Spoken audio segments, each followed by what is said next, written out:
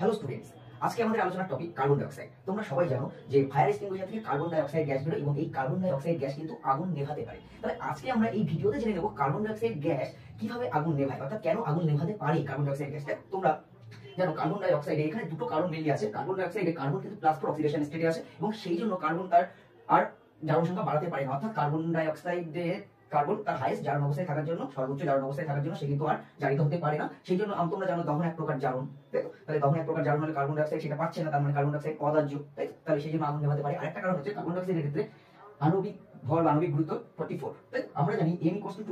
আণবিক গুরুত্ব বাষ্প ঘনত্বের দিকে, তাহলে বাষ্প ঘনত্ব কার্বন ডাই অক্সাইডের কত হবে? 22। আর বাতাসের ক্ষেত্রে এয়ারের ক্ষেত্রে বাষ্প ঘনত্বটা 14.48 হয়। 14.48 হওয়ার জন্য দেখা যাচ্ছে যে বাতাসটা হালকা কার্বন ডাই অক্সাইডের তুলনায়, অর্থাৎ কার্বন ডাই অক্সাইডটা বাতাসের তুলনায় ভারী। ফলে কি হয়, কার্বন ডাই অক্সাইড নিচে নামবে বাতাসের রেসপেক্টে, তাহলে আগুনের চারপাশ থেকে বাতাসকে সরিয়ে দেবে, অর্থাৎ বেসিক্যালি অক্সিজেনকে সরিয়ে দেবে, ফলে আগুন নিভে যাবে।